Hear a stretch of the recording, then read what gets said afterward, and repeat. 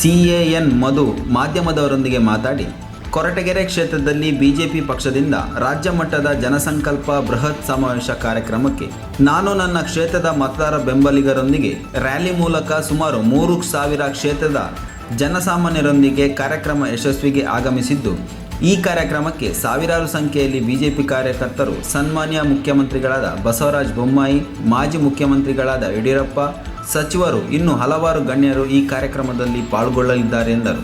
ಪಕ್ಷದ ವರಿಷ್ಠರಿಗೆ ಈಗಾಗಲೇ ನನ್ನ ಕಾರ್ಯವೈಖರಿಗಳ ಬಗ್ಗೆ ಮಾಹಿತಿ ಇದೆ. ನಾನು ಮಧುಗಿರಿ ಕ್ಷೇತ್ರದಲ್ಲಿ ಈಗಾಗಲೇ ಜನಪರ ಜನಸ್ನೇಹಿ ಕಾರ್ಯಕ್ರಮಗಳನ್ನು ಮಾಡುವ ಮೂಲಕ ಜನಸಾಮಾನ್ಯರ ಮನಸ್ಸಿಗೆ ತಲುಪಿದ್ದೇನೆ. ನನ್ನ ಕಾರ್ಯವೈಖರಿಗಳು, ಪಕ್ಷದ ಸಂಘಟನೆ ಎಲ್ಲವನ್ನು ಅವಲೋಕನೆ ಮಾಡಿ ಪಕ್ಷದಿಂದ ಟಿಕೆಟ್ ಸಿಗುವ ಭರವಸೆ ಇದೆ ಎಂದರು. ನಾವು ಸ್ಥಳೀಯರು ಹಾಗೂ ಯುವಜನರು, ಮಾಜಿ ಹಾಗೂ ಹಾಲಿ ಶಾಸಕರಿಗೆ ಈಗಾಗಲೇ 65 ಮೇಲ್ದಾಟಿದ್ದು, ಜನಗಳ ಕಷ್ಟಗಳಿಗೆ ಸ್ಪಂದಿಸುವಂಥ ಶಕ್ತಿ ಅವರಲ್ಲಿಲ್ಲ. ವಯಸ್ಸು ತುಂಬ ಮುಖ್ಯ. ನಾವು ಯುವಜನರಿಂದ ಕ್ಷೇತ್ರದ ಅಭಿವೃದ್ಧಿ ಸಾಧ್ಯ ಎಂದರು. ಯಾವುದೇ ಅಧಿಕಾರ, ಹಣದ ಆಸೆಗೆ ನಾನು ಬಂದಿಲ್ಲ. ನಾನು ಸ್ಥಳೀಯ ತಾಲೂಕಿನ ಸರ್ವತೋಮುಖ ಅಭಿವೃದ್ಧಿಗೆ ನಾನು ದೃಢ ಸಂಕಲ್ಪ ನಿರ್ಧಾರದಿಂದ MLA ಅಭ್ಯರ್ಥಿಯಾಗಿ ನಿಲ್ಲಬೇಕು ಎಂದು ಬಂದಿದ್ದೇನೆ. ಬೇರೆ ಯಾವುದೇ ಉದ್ದೇಶವಿಲ್ಲ. ನಾನು ಯಾವತ್ತೂ ವರಿಷ್ಠರ ನಿಲುವಿಗೆ ಬದ್ಧ ಎಂದು ತಿಳಿಸಿದರು. ವರದಿ ಆಬಿದ್, ಮಧುಗಿರಿ. ನನ್ನ ಹೆಸರು ಮಧು ಅಂತ. ಇದೇ ಮಧುಗಿರಿ ತಾಲೂಕಿನ ಮುಂದಿನ ವಿಧಾನಸಭೆಯ ಎಲೆಕ್ಷನ್ನ ಬಿಜೆಪಿ ಆಕಾಂಕ್ಷಿ. ನಾವು ಇಂದು ಕೊರಟಗೆರೆಯಲ್ಲಿ ಬಿಜೆಪಿ ಪಕ್ಷದಿಂದ ನಡೀತಿರ್ತಕ್ಕಂಥ ಜನಸ್ಪಂದನ ಕಾರ್ಯಕ್ರಮಕ್ಕೆ ಇವತ್ತು ನಮ್ಮ ಮಧುಗಿರಿನಿಂದ ಆ ಕಾರ್ಯಕ್ರಮವನ್ನು ಯಶಸ್ವಿಗೊಳಿಸಲು ಸುಮಾರು 3,000 ಜನ ನಾವೆಲ್ಲರೂ ಬಿಜೆಪಿ ಕಾರ್ಯಕರ್ತರು ಮತ್ತು ನಮ್ಮೆಲ್ಲ ಅಭಿಮಾನಿಗಳು ಇವತ್ತು ನಮ್ಮ ಈ ಕಾರ್ಯಕ್ರಮಕ್ಕೆ ನಮ್ಮ ಮುಖ್ಯಮಂತ್ರಿಗಳಾದ ಸನ್ಮಾನ್ಯ ಬೊಮ್ಮಾಯಿಯವರು ಹಾಗೂ ಯಡಿಯೂರಪ್ಪರು ಹಾಗೂ ಇತರೆ ಸಚಿವರುಗಳು ಕೂಡ ಬರ್ತಾ ಇದ್ದಾರೆ.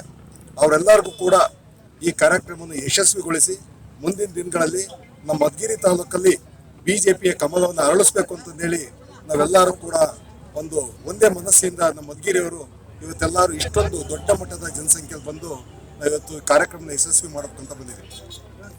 ಸರ್, ನಿಮಗೆ ಈಗ ಏನು ಬಿಜೆಪಿ ಆಕಾಂಕ್ಷಿ ಮಧುಗಿರಿ ವಿಧಾನಸಭಾ ಕ್ಷೇತ್ರದಲ್ಲಿ ನೀವು ಆಕಾಂಕ್ಷಿ ಏನಿದ್ದೀರಾ, ನಿಮಗೆ ಈಗಾಗಲೇ ವರಿಷ್ಠರು ಯಾರಾದರೂ ನಿಮಗೆ ಟಿಕೆಟ್ ಫೈನಲ್ ಆಗಿ ಕೊಡ್ತೀವಿ, ನೀವೇ ಅಲ್ಲಿ ಮುಂದಿನ ಅಭ್ಯರ್ಥಿ ಅಂತ ಹೇಳ್ಬಿಟ್ಟು ಯಾರಾದರೂ ಹೇಳಿದ್ದಾರೆ ಸರ್?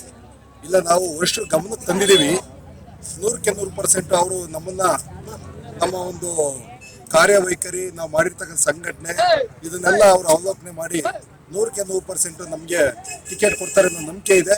ಮತ್ತೆ ಅವ್ರು ಟಿಕೆಟ್ ಕೊಟ್ಟರೆ 100% ನಮ್ಮ ಮಧುಗಿರಿ ಕ್ಷೇತ್ರದಲ್ಲಿ ಕಮಲವನ್ನು ಅರಳಿಸಿ ಬಿಜೆಪಿ ಪಕ್ಷಕ್ಕೆ ನಮ್ಮ ಮಧುಗಿರಿ ಒಂದು ಸ್ಥಾನವನ್ನ ನಾವು ಕೊಡುಗೆ ಕೊಡ್ತೀವಿ ಅಂತ ಈ ಸಂದರ್ಭದಲ್ಲಿ ಹೇಳ್ತಾ ಇದ್ದೀವಿ. ಮತ್ತೆ ಈಗಾಗಲೇ ಮಧುಗಿರಿ ವಿಧಾನಸಭಾ ಕ್ಷೇತ್ರದಲ್ಲಿ 2-3 ಏನು 2-3 ಜನದ ಸಂಖ್ಯೆವರೆಗೂ ಐತಿ ವಿಧಾನಸಭೆ ಏನು ಬಿಜೆಪಿ ಆಕಾಂಕ್ಷಿ ಪಟ್ಟಿಯಲ್ಲಿ. ಅದರಲ್ಲಿ ಮಧು ಅವರಿಗೆ ಏನಾದ್ರು ಟಿಕೆಟ್ ಸಿಕ್ಕಿದ್ರೆ ಅವ್ರನ್ನೆಲ್ಲ ವಿಶ್ವಾಸಕ್ಕೆ ತಗೊಂಡು ನೀವು ಕೆಲಸ ಮಾಡ್ತೀರಾ ಸರ್? 100% ನಾವು ಅದೇ ತರ ಮಾಡ್ಬೇಕು. ಯಾಕಂದ್ರೆ ನಮ್ಮ ಗುರಿ ಈ ಸಾರಿ ಮಧುಗಿರಿ ತಾಲೂಕಿನಲ್ಲಿ ಬಿಜೆಪಿಯ ಕಮಲವನ್ನು ಅರಳಿಸೋದು. ಅದರಿಂದ ಕೇವಲ ಬಿಜೆಪಿ ಅವ್ರನ್ನೆಲ್ಲ, ಬೇರೆ ಪಕ್ಷದವ್ರನ್ನು ಕೂಡ ನಾವು ಅವ್ರನ್ನ ಜೊತೆ ಕರ್ಕೊಂಡು ನಾವು ಮಧುಗಿರಿಯವರೆಲ್ಲ ಒಂದೇ ಅನ್ನೋ ಮಟ್ಟಕ್ಕೆ ಈ ಸಾರಿ ಒಂದು ಅಭೂತಪೂರ್ವವಾದ ಜಯಭೈರಿ ಗಳಿಸುವುದರ ಮುಖಾಂತರ ನಮ್ಮ ಮಧುಗಿರಿ ತಾಲೂಕಿನಲ್ಲಿ ಒಂದು ಹಿಸ್ಟ್ರಿಯನ್ನ ಕ್ರಿಯೇಟ್ ಮಾಡ್ತೀವಿ ಅಂತ ಹೇಳ್ತಾ ಇದ್ದೀವಿ. ಮಾಜಿ ಹಾಲಿಗಳು ಏನಿದ್ದಾರೆ, ಈಗ ಇಬ್ರು ಮಾಜಿ ಹಾಲಿ 2 ಪಕ್ಷದಿಂದ ಇಬ್ರು ಈಗ ಬಂದೋಗಿದ್ದಾರೆ. ಅವ್ರಿಬ್ಬರನ್ನ ಮಣಿಸೋಂಥ ಶಕ್ತಿ ಮಧು ಅವ್ರಿಗಿದೆಯಾ ಸರ್? ಖಂಡಿತವಾಗೂ ಇದೆ. ಯಾಕಂದ್ರೆ ನಾವು ಸ್ಥಳೀಯರು ಮತ್ತೆ ಯುವಕರು. ಇವತ್ತು ಮಾಜಿ ಮತ್ತು ಹಾಲಿಗಳಿಗೆ ಅವ್ರಿಗೆ ಆಲ್ರೆಡಿ 65 ವರ್ಷ ಮೇಲಾಗಿದೆ.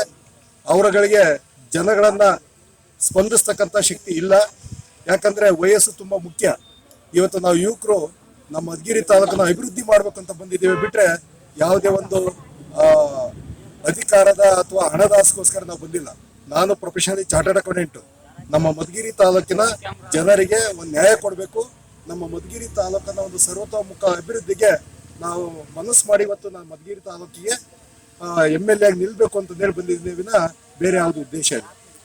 ಬೈ ಚಾನ್ಸ್ ಮುಂದಿನ ವಿಧಾನಸಭೆ ಏನು 23 ವಿಧಾನಸಭೆ ಇದೆ, ಆ ವಿಧಾನಸಭೆಯಲ್ಲಿ ಮಧು ಅವರಿಗೆ ಏನು ಭಾರತೀಯ ಜನತಾ ಪಾರ್ಟಿಯಿಂದ ಟಿಕೆಟ್ ಸಿಗ್ಲಿಲ್ಲ ಅಂದ್ರೆ ಮಧು ಅವ್ರ ನಡೆ ಏನು ಸರ್ ಮುಂದೆ?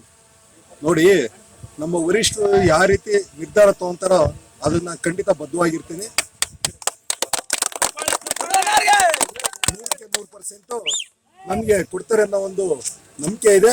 ಮತ್ತೆ ಮಧುಗಿರಿ ತಾಲೂಕಲ್ಲಿ ಈ ಸಾರಿ ಬಿಜೆಪಿಯನ್ನ ತರಲೇಬೇಕು ಅಂತ ನಾವೆಲ್ಲ ಒಗ್ಗಟ್ಟಾಗಿ ಕೆಲಸ ಮಾಡಿ 100% ಈ ಸಾರಿ ಬಿಜೆಪಿಯನ್ನ ಮಧುಗಿರಿ ತಾಲೂಕಲ್ಲಿ ತಂದೇ ತರ್ತೀವಿ. ಅದೇ ಮಧು ಅವ್ರನ್ನ ಬಿಟ್ಟು ಬೇರೆ ಯಾರಿಗಾದ್ರೂ ಬೈ ಚಾನ್ಸ್ ವಿಧಾನಸಭೆ ಎಲೆಕ್ಷನ್ ಅಲ್ಲಿ ಮುಂದಿನ ಚುನಾವಣೆಯಲ್ಲಿ 2-3 ಆಕಾಂಕ್ಷಿ ಪಟ್ಟಿರೋದ್ರಿಂದ ಯಾರಿಗೋ ಇನ್ನೊಬ್ರಿಗೆ ಹೆಸರು ಬೇಡ, ಯಾರಿಗೋ ಇನ್ನೊಬ್ರಿಗೆ ಕೊಟ್ರೆ ನೀವು ಅವ್ರ ಜೊತೆಯಲ್ಲಿ ನಿಂತ್ಕೊಂಡು ಭಾರತೀಯ ಜನತಾ ಪಾರ್ಟಿಗೆ ದುಡಿತೀರಾ ಸರ್? ಖಂಡಿತ ಮಾಡ್ಲೇಬೇಕು. ಯಾಕಂದ್ರೆ ನಾವೆಲ್ಲರೂ ಒಗ್ಗಟ್ಟಲ್ಲೇ ಹೋಗ್ಬೇಕಾಗುತ್ತೆ. ಈಗ ಕೇವಲ ಪದವಿ ಅಂತಲೇ ಹೋಗಲ್ಲ, ಸಮಯ ಸಂದರ್ಭಕ್ಕೆ ವರಿಷ್ಠರ ಅವರ ಒಂದು ಆಶೀರ್ವಾದ ಮತ್ತೆ ಅವರೊಂದು ಮಾರ್ಗದರ್ಶನದ ಮೂಲಕ ನಾವು ನಡಿಬೇಕಾಗುತ್ತೆ.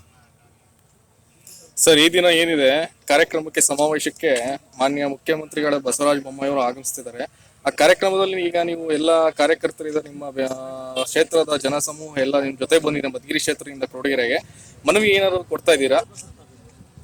ಇಲ್ಲಿ ನಾವು ಮನವಿ ಅಂದ್ರೆ ಮೌಖಿಕವಾಗಿ ನಾವು ನಮ್ಮ ಮುಖ್ಯಮಂತ್ರಿಯವರು ಹಾಗೂ ಮಾನ್ಯ ನಮ್ಮ ಬಿಜೆಪಿ ನೇತಾರಾದ ಯಡಿಯೂರಪ್ಪನವರಿಗೆ ಮೌಖಿಕವಾಗಿ ಮನವಿಯನ್ನು ಹೇಳ್ತಾ ಇದ್ದಾರೆ. ನಮ್ಮ ಜಿಲ್ಲಾಧ್ಯಕ್ಷರು ಹಾಗೂ ನಮ್ಮ ತಾಲೂಕು ಮಂಡಲದ ಅಧ್ಯಕ್ಷರು ಅವರೆಲ್ಲರೂ ಅವ್ರ ಗಮನಕ್ಕೆ ತರ್ತಾರೆ. ಯಾಕಂದ್ರೆ ಮಧುಗಿರಿ ತಾಲೂಕಲ್ಲಿ ನಾವು ಬಿಜೆಪಿ ತರಬೇಕು ಅಂದ್ರೆ ಖಂಡಿತವಾಗಿಯೂ ಅವರೆಲ್ಲರೂ ಕೂಡ ಅದನ್ನ ಆಲೋಚನೆ ಮಾಡಿದ್ದಾರೆ. 100% ಅವ್ರ ಗಮನಕ್ಕೆ ತಂದು ಮುಂದಿನ ದಿನಗಳಲ್ಲಿ ನಮ್ಮ ಮಧುಗಿರಿ ತಾಲೂಕಲ್ಲಿ ಬಿಜೆಪಿಯನ್ನ ಗೆಲ್ಸೋದಕ್ಕೆ ಎಲ್ಲರೂ ಪ್ರಯತ್ನ ಮಾಡಿ ತರ್ತೀವಿ ಅಂತ ಹೇಳ್ತಾರೆ.